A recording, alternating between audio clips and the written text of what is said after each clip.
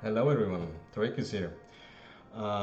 Back with the 3.25 build guide, since a few people have asked for it, for my Facetank flickerstrike Trickster. For those of you who've never heard of it, just seeing this for the first time, uh, the base concept is we're running flickerstrike um, with Imperial Edge and Aegis Aurora. Aegis Aurora is an amazing recovery layer, which works very well with Trickster. And Imperial Edge adds maximum lightning damage equal to 20% of maximum energy shield. Does restacking energy shield, which makes us very tanky in combination with Aegis Aurora and high armor. So this is a flicker strike version that can actually tank something. There's others out there that can actually tank, but they're very investment heavy. And this version isn't exactly budget. You can league start it and start from zero. But even if you buy a full gear set, it's still pretty cheap compared to other flicker versions that can tank at least a bit. Usually flicker builds are very much not tanky and just die to one-shots. Quite often the main defense they have is flicker, which lets you flick around very quickly on the screen, evading many attacks manually, essentially by not standing in them, not in-game evasion.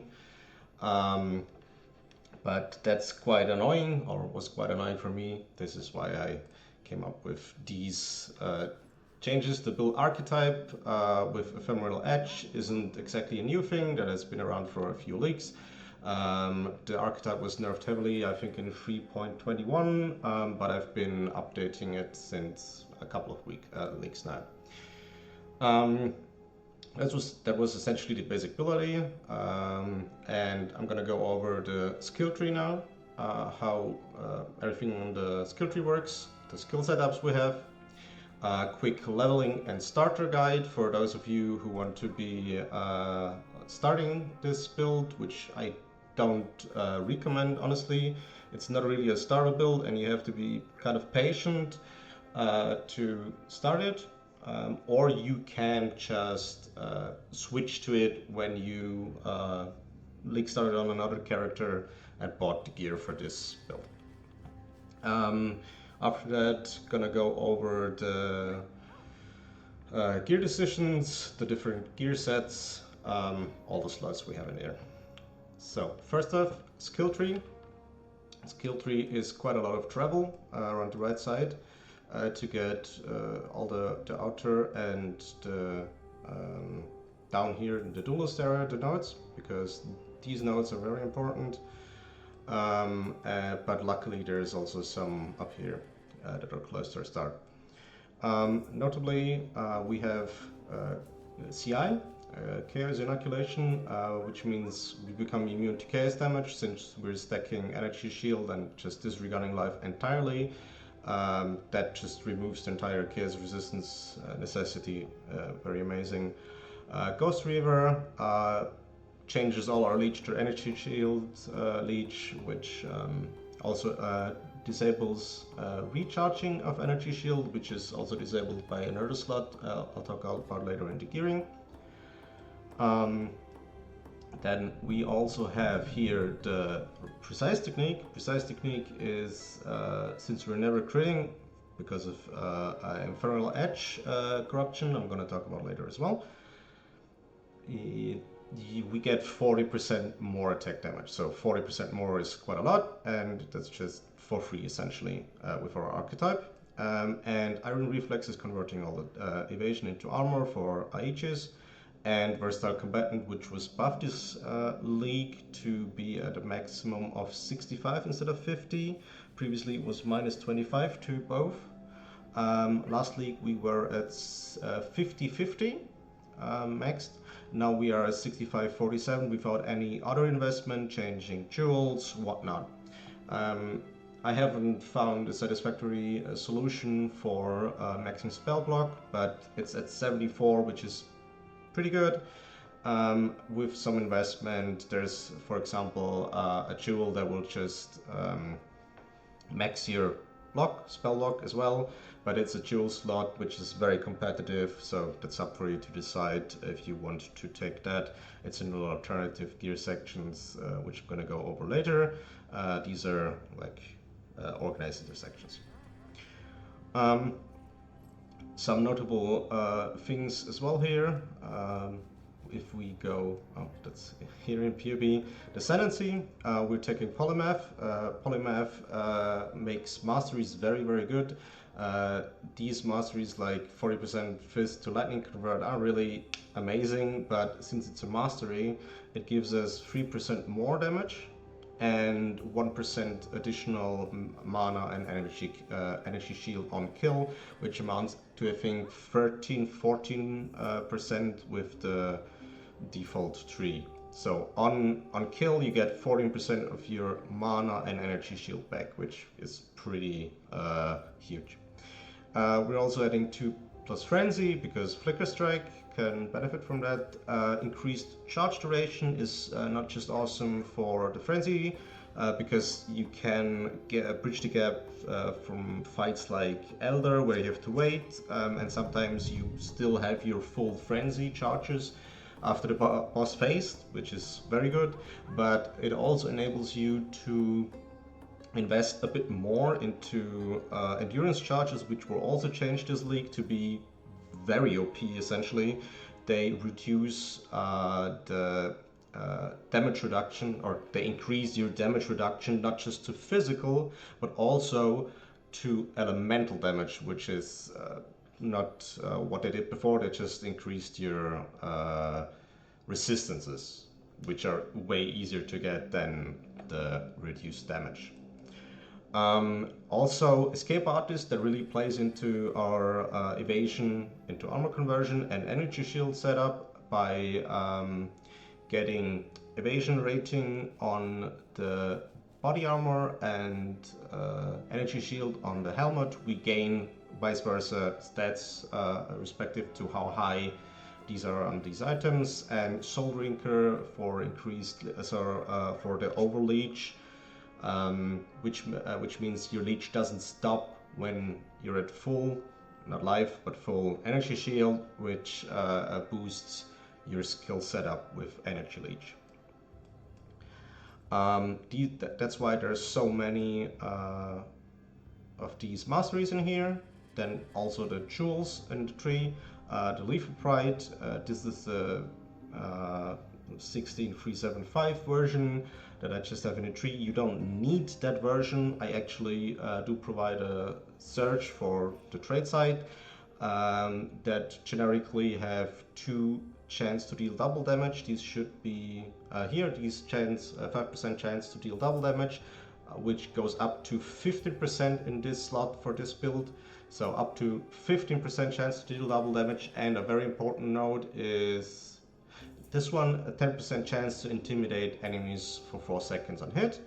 That's changed in the config, so that's reflected here. They take 10% increased attack damage. That isn't 10% you deal increased, which would be underwhelming. It's 10% increased taken, which is another multiplier applied. Also, the marked enemies here take 10% increased damage, and in the high budget version we have another source of increased damage. These are usually pretty hard to get, and since we get at least a few of these modifiers, that's very good and boosts our damage considerably. This also makes strength requirements way easier. We need 155 if I remember correctly. Should be in here, 155 for the per second leap slam, it says here. And if you increase the, I think, Awakened Multi-Strike in the high-end version also has that. It doesn't actually.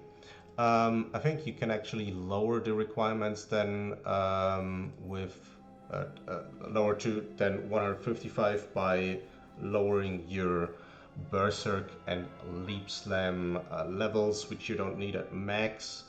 I think that was actually changed. Not sure why that's at 155. That makes gearing for strength easier, so that's a nice surprise for me right here and for you as well, because strength is pretty hard to get on this build, and Leaf of Pride, which I just was talking about, makes it easier because it also adds strength to these small nodes, and sometimes to the big nodes it also adds increased strength percentage or flat 20. Also Watcher's Eye for lightning penetration by Rev, which is pretty good. That's up for changing. This slot isn't as awesome as it used to be because we're getting quite a lot of penetration now. You should probably leave it in there because it's a base penetration, but if you want to, for example, max your spell block instead, you could go for replica reckless defense in perfect. I'm gonna I think I should, oh whoops, I should be able to just change it here. That changes your spell block to 65%. That's the perfect replica defense. The chance to be frozen, shocked, and ignite we ignore. So this is just 6%, 6%. With versatile combatant, that's just the cap. We're going back to Watcher's Eye. That's quite a big DPS increase because of the the higher version.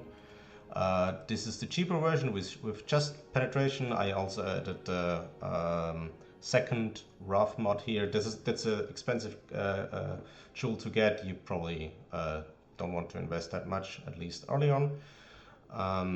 But with the new tincture, we already get a lot of penetration, so this is considerably less powerful.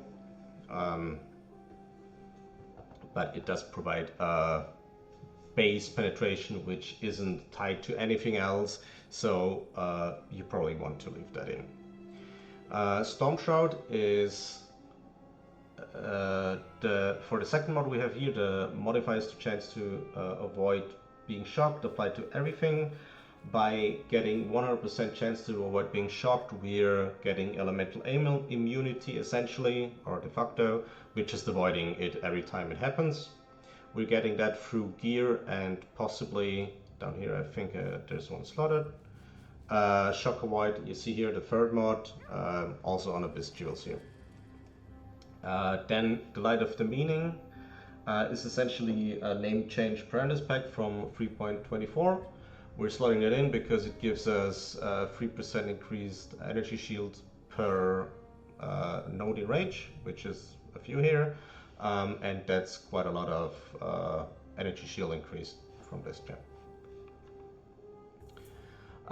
Also very important nodes here, or clusters. There's the cluster jewel. We're getting one that's easy to reach for quite a bit of increased attack speed by martial prowess and fuel the fight, and also just added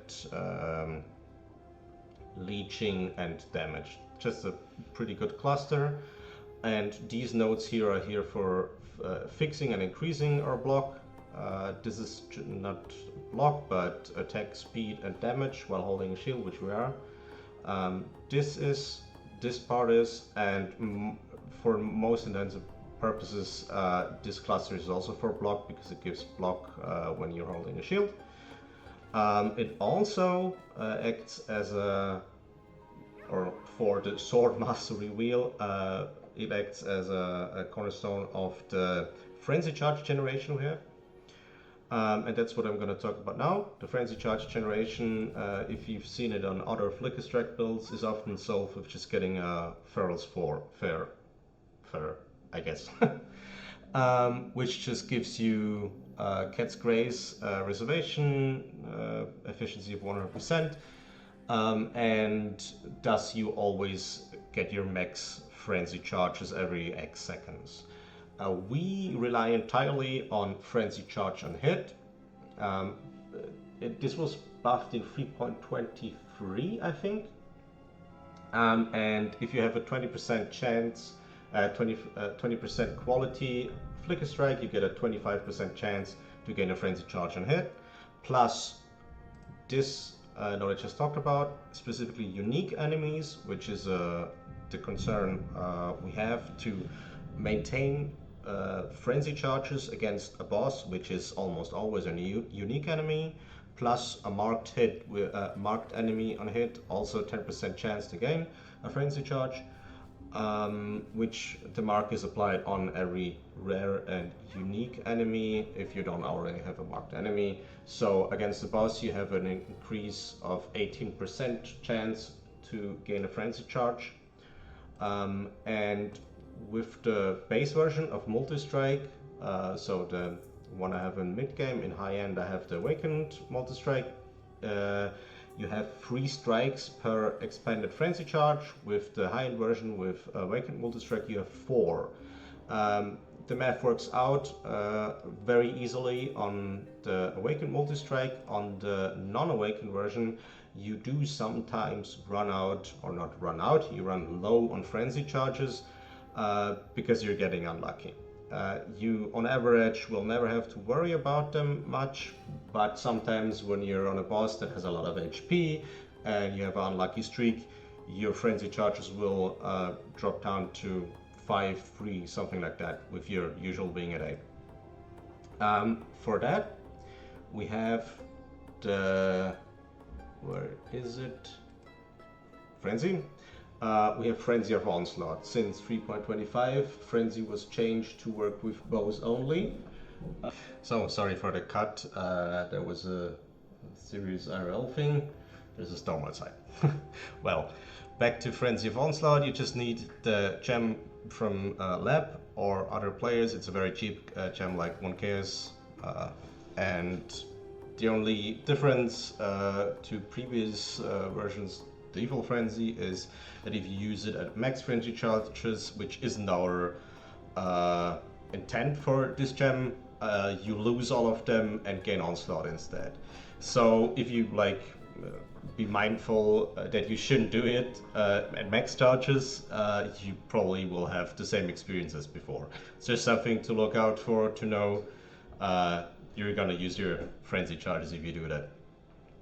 So next thing is Leap Slam. Leap Slam is just the movement skill you have, combined with faster attacks, which also goes on Frenzy, just for moving around. Then your auras, later on when you have, or when you just have a bit of money for the Enlighten, you can run these 3 hours if you have the tree lined up in the correct default version, essentially, not the starter version, which I'm going to talk about in a second. Grace for additional evasion, Wrath for added lightning damage, which is kind of nice, not really substantial, but also for the penetration. Then Discipline, probably the most important aura. It adds energy shield and quite a substantial mod, 217 free. Wallet's mark for 2 things. The mark on hit it applies to every rare or unique enemy as long as you don't have a already marked enemy, and that increases the damage taken, I've talked about before, and it also enables you to gain endurance charges. 5% on hit, you need 20% quality for that, so even in the mid-game version you need 20%. That's one of the gems you really need at 20%.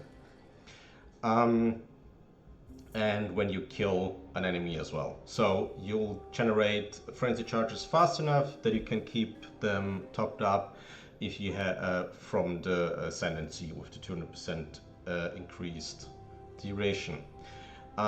Then we had previously a retaliation skill, or 2 retaliation skills to generate rage, which you no longer have. The new retaliation skills aren't really good in my opinion, at least for what we have used them before. Instead, I've added a small or a small 4-link cosmic damage taken, with Molten Shell being the core thing I wanted to add, and also added Sigil of Power and Frost Shield as a nice little bonus essentially to your survivability. Sigil of Power is kind of powerful, honestly. You get 15% if you do this to up to 20% quality. So should reflect it here. 15% less damage while at maximum stages. That means after you spend 400 mana inside the Sigil of Power in a span of at least 4 seconds, you will have your enemy inside the circle deal 15% less damage. That's quite a substantial amount because it applies before the damage goes out from the enemy to you. This isn't always very useful, but for bosses that are not moving a lot, this is very awesome. Frost Shield also just essentially increases your max hit capability. It doesn't add a lot, it's about 1k life you give to the Frost Shield. You're losing a bit of energy shield when you do it, but since you're always leeching for a lot, that doesn't really matter, and instead you gain the max or de facto max hit. Molten Shell is pretty straightforward, more armor, and the shield that can take up to 10% of your armor, or 5k, which we usually have when our flasks are up. Then since we have a few slots open, I've added Frostblink and Portal. I'm using both currently on my character. Frostblink is just very nice when you're doing a boss, or when you want to move very quickly between 2 packs, when you just when Leap Slam is slower, because Frostblink is instant, has a cooldown, so for that it's very fast, and Portal is just, yeah, nice. Berserk and Wall Haste are your cooldowns, marked as this with this here. When you have maximum or close to, you probably want to pop Berserk. Max Rage, you probably want to pop Berserk. That's going to remove them and increase your rage effect. Then also you have Wall Haste that increases your attack speed, which has been nerfed in 3.25, just overall attack speed, and that's gonna be very good for bosses to pop on. So that was essentially everything in the skill setups. In the high-end versions you have just better gems, essentially 2120s, and the Awakened versions. That's quite a substantial boost in damage. As you can see, that's just no gear changes, just the skill changes. That's 7 million DPS with this config. Then next we're gonna talk a bit about the process of getting this build started from zero, so league starting it, and I have 3 different versions of the skill tree progression in here, as well as a very basic start tree for level 83 when you're essentially done with campaign and starting endgame, and a gear set as well for that, and for that also a starter skill set. Very basic things. Quality is 20% only for flickerstrike. You don't need 20% if you have like the budget of literally 1k. It's fine if you have it at 17% or something like that, just as high as you can get. It's very important that you have that. Anyways, to get to the starter build, you'll need to get through campaign, and if you decide to league start this, again, I do not recommend. You will be, as noted in the notes, you will be not using Flicker, you'll be using Blade Trap. Blade Trap is just a very accessible way of leveling this build, especially if you get Imperial Edge early on. and it also doesn't require a lot of investments or any investments in the tree. So just moving along as outlined here in these trees is fine with Blacktrap. You're not gonna be tanky. You're gonna pretty much delete bosses. It's very strong against bosses, but the AoE clear is lackluster. It's fine, but it isn't well, the best. So keep that in mind. If you want to league start this, it's going to be a bit of a headache. These three trees, they walk you through what should you first get. Polymath, very strong. Get the masteries, and move up here a bit, down here. We're getting a difference to the normal tree. We're getting accuracy because getting corrupted and feral edge isn't in the budget of starter, but getting a normal one is probably. We're also rushing down here to this cluster because of the last line here. No, second line, frenzy charge on kill. That's pretty important, as well as this mastery as well. So you can sustain your frenzy charges you get once you switch to flicker. Next, you also want the mark mastery for the same reason I just said, and then you can start getting the frenzies after you've done Travel Fury for the splash damage when flickering. And this is essentially point between these two ascendancies. You'll be able to switch, so you can get I've outlined what you need to switch to flicker. You probably want Inferior Edge, but you want that before switching to flicker anyways. That's just something you get. You need the high quality frenzy. You need multi-strike in your link. It's the first. Oh, here it isn't, and the normal one is. I gotta correct that, I guess. It's the first link in here. It's the most important one. You can't play Flicker without multi-strike if you never played it. And back to notes. You need this Frenzy Charge wheel I just talked about, the Ascendancy, Travel Fury left, and this small node. Don't forget this small node. It's important. You want Mana Leech. Later on, you don't need it. We have Fuel the Fight for Mana Leech. That's just gonna solve all your mana problems. But you won't have a cluster, so just get this one small thing here. Next, you have essentially the almost complete tree, and with the starter, you're at level 83, which is endgame essentially. You can get Versatile Combatant and these two block classes essentially. They're gonna flash out your block, and the remaining to the 47, so the 16% come from Aegis Aurora having a higher block. You don't need to skill as in the normal tree, the aura reservation masteries, these kind of things. It's just very budget oriented. You can do this with zero investment. Thus, you also have very basic starter gear. Infernal Edge is not corrupted. You don't even have Aegis Aurora, which is like 1 to 2 divines at league start.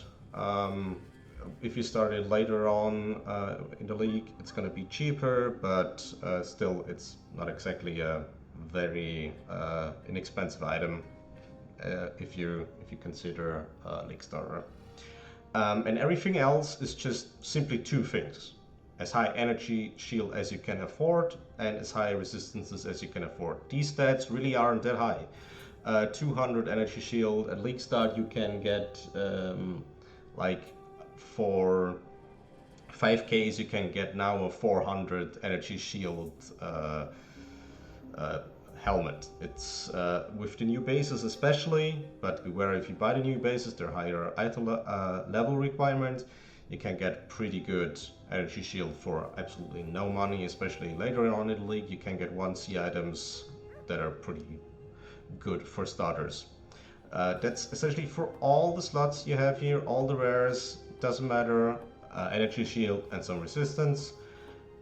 Same here, no energy shield requirement on those. If you can get it, that's nice. Don't forget to get some strength. If you don't, you can also go these two nodes. I've skilled them for that purpose and have higher strength than I need, just so you can use your strength gems. At the start you can buy a cheapish Darkness in Front and buy starter jewels and just upgrade them with time. Also, Carnage Heart is pretty good solution for the amulet slot, which will replace with Voice of the Storm later on, which is quite expensive nowadays. Used to be a lot cheaper, but since people have discovered this archetype, it's gone way up in price. And Vessel of Windcar is Vinctar, something you can get. It's usually pretty cheap. And if you have avoidance or immunity to elemental ailments, you also have avoidance or immunity to the shock, which the red line here is something you really don't want to. So by that we're negating the downside of this flask and just getting the upsides, and the upsides alone are pretty good. There's also tinctures now in 3.25. We're getting a tincture here. In the starter I've chosen not rare, a magic one, which is pretty easy to get. You can self-drop that and just throw on some alterations and get something decent, something along these lines. Essentially the melee weapon attack speed is the thing you have to look, or you want to look out for, and the secondary, the prefix part, isn't really that important. Just get what you get. Also, these flasks, if you have a few chaos available, you can buy these 2 charges when hit by an enemy. Enables this build to just have de facto flask uptime 100% with trash mobs, and a good source of flask recharge on bosses when you get hit by bosses. So you get a pretty high uptime of flasks without any investment, because since we have 0 evasion, we always get hit. We can block them, but we always get hit. So you always get charges. 2 charges is usually kind of cheap. 3 charges is usually kind of expensive, but later on it's something you want to get.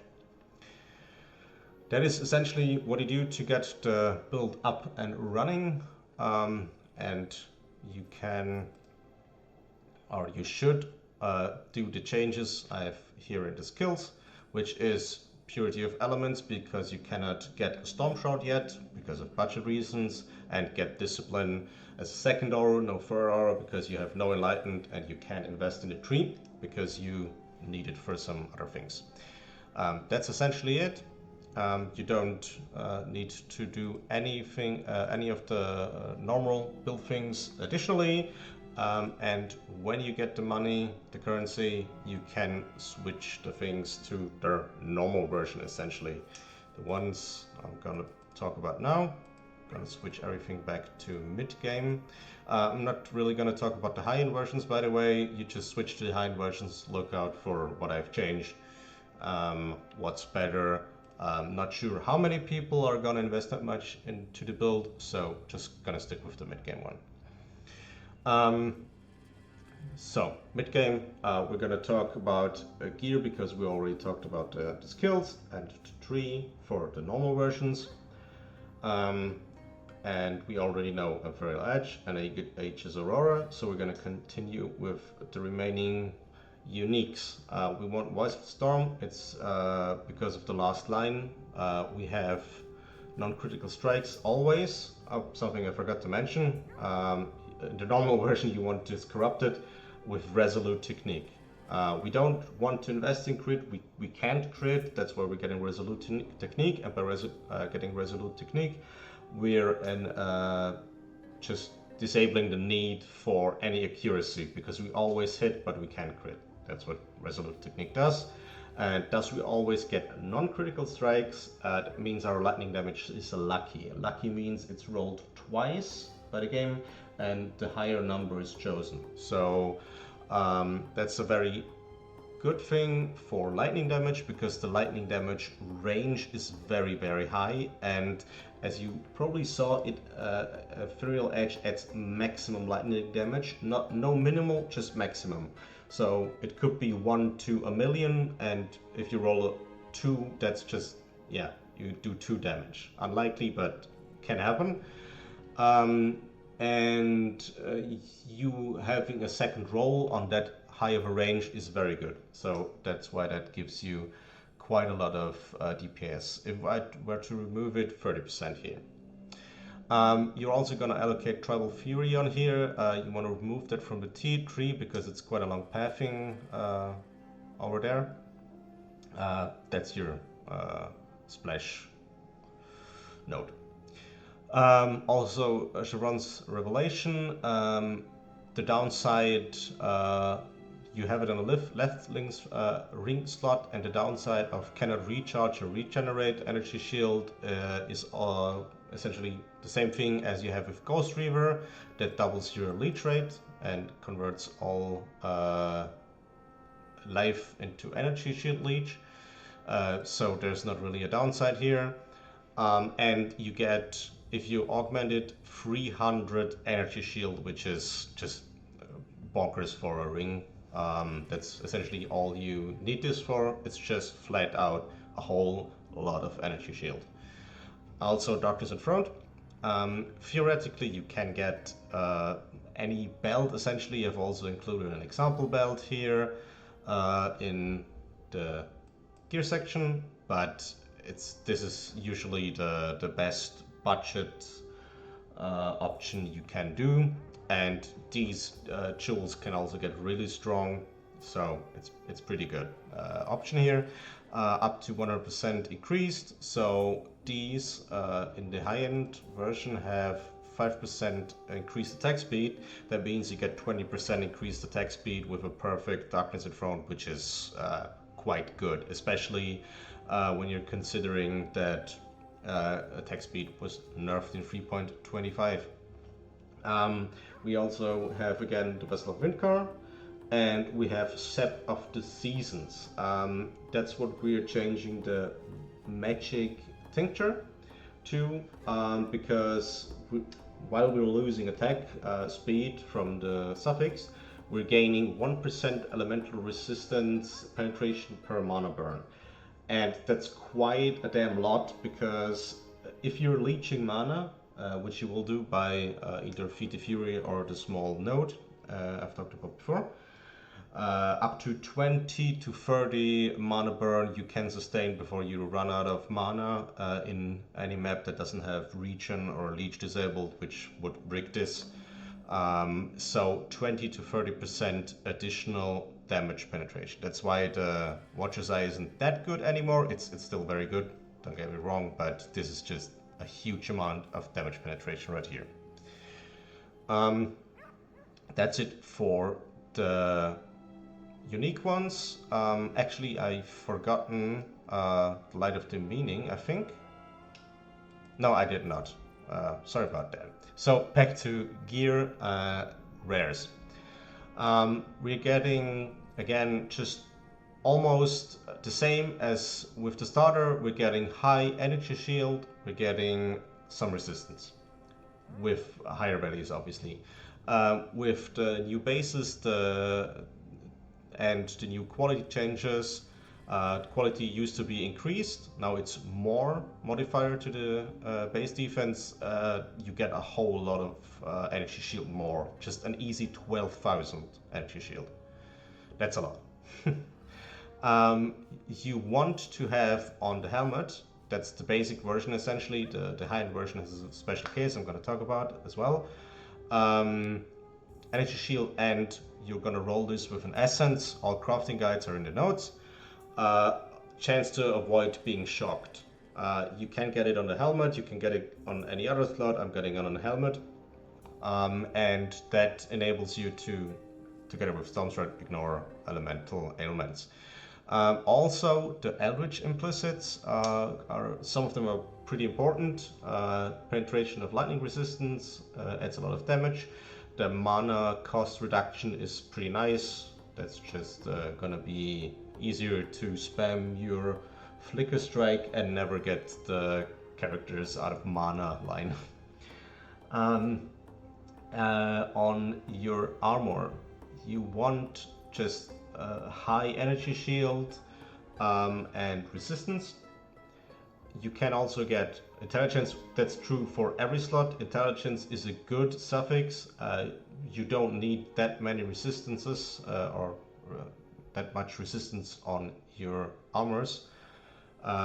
Intelligence boosts your energy shield as well and increases your evasion by that note, because 1% increased evasion rating per 5 intelligence. So intelligence is a very good stat. Don't sleep on intelligence.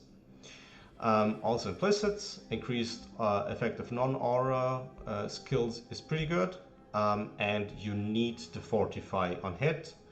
Unless you get a very, very expensive Ethereal Edge with double corruption, but that's out of the question for almost everyone running this build, so get Fortify on the implicit here. So you can get the improvement of Fortify. You see here, if you watch the max hits, you essentially need Fortify. You want those increased max hits. It's gonna make you a whole lot tankier. Warlock gloves, new base as well for the gloves. Implicit non-wild strike skills target one additional enemy. This is needed for the build essentially. Targeting additional enemies means when you hit something with flicker or any other strike skill essentially, it targets additional enemy, and the splash that comes out of one attack essentially splashes from 2 enemies. That's what we call shotgunning, and you have more of additional enemy targets, and it's gonna just make mob packs explode. So this is essentially non-negotiable. You have to get the additional nearby enemy for way faster clear. In the starter you can get it from the mastery. We want to get it from this implicit when we have some money to invest here. Also lightning exposure for more de facto penetration. And here we also want to have attack speed. Increased attack speed is just amazing because, as mentioned before, attack speed was nerfed, so we should be getting it everywhere we can. Resistance isn't all that important because these are, I think they're actually tier 1s, or are they tier 2s? Not entirely sure, don't have them. These are actually tier 3s. Yeah, high roll tier 3 resistance rolls. And you can see it's kind of easy to get them. This is a bit of, this is a bit suspicious and not actually very correct, because it considers vessel up, and you'd have to get that obviously, but for the sake of simplicity, these are all tier 3s, I think.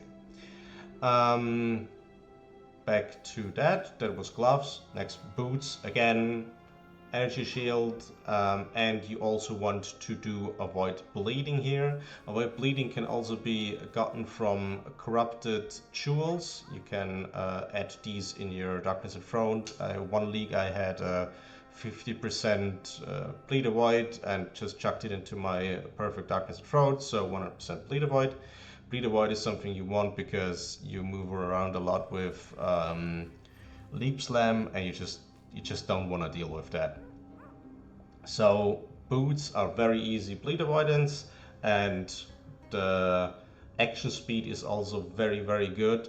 The 5% increased action speed right here is almost the entire ascendancy node of one step ahead.